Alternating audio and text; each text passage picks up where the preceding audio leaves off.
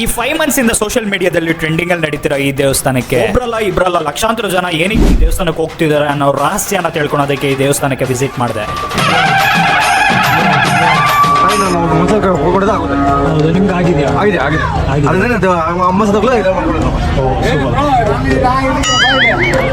ದುಡ್ಡು ದಂಧೆ ಮಾಡ್ತಾರೆ, ಅದು ಮಾಡ್ತೀನಿ. ಒಂದ್ಸಾರಿ ಬರ್ಬೇಕು ಅಂತವ್ರು ಬಂದು ನಾನು ಎಲ್ಲೂ ಹೋಗಲ್ಲ. 24 hours 360 ನಾನು ಇಲ್ಲೇ ನನ್ನ ಬಂದು ಕೇಳ್ಬೇಕು ನೀವೇನ್ ಮಾಡ್ತಾ ಇರೋ ದುಡ್ಡು ಅಂತ.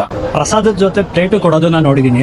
ಈ ವಿಶೇಷತೆ ಏನು ಅಂತಂತಂದ್ರೆ ಪ್ರಸಾದ ಮಾತ್ರ ಫ್ರೀ, ಈ ಪ್ಲೇಟ್ಗೆ ಇದಕ್ಕೆ ಮಾತ್ರ ಚಾರ್ಜಸ್ ಮಾಡ್ತಾರೆ. ಇದು 10 rupees, ಇದು 10 rupees.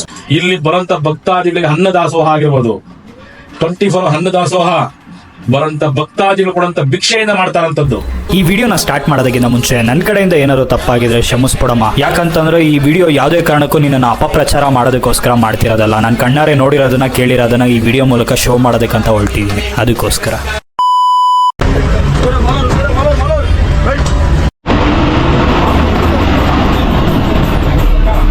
ನಾನು ಆ ದೇವಸ್ಥಾನಕ್ಕೆ ಹೋಗೋಕ್ಕಿಂತ ಮುಂಚೆ ಪ್ರತಿಯೊಬ್ಬರು ಆ ದೇವಸ್ಥಾನದ ಬಗ್ಗೆ ವಿಚಾರಿಸ್ಕೊಂಡು ಹೊರಟೆ.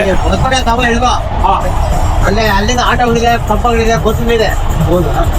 ವಿಡಿಯೋ ಮಾಡಲಿಕ್ಕೆ ತುಂಬಾ ಯೂಟ್ಯೂಬಲ್ಲಿ ವಿಡಿಯೋಸ್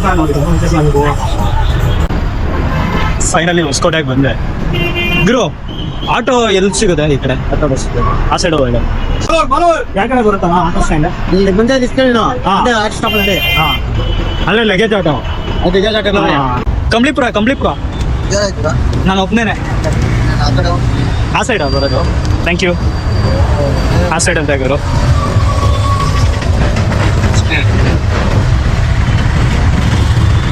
ಅಲ್ಲಿಂದ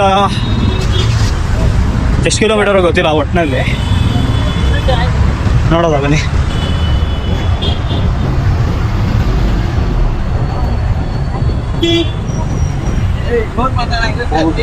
ಅಡಿ ಕಂಪ್ಲೀಪುರ ಹೋಗುತ್ತಾ?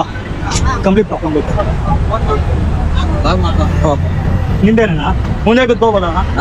Thank you.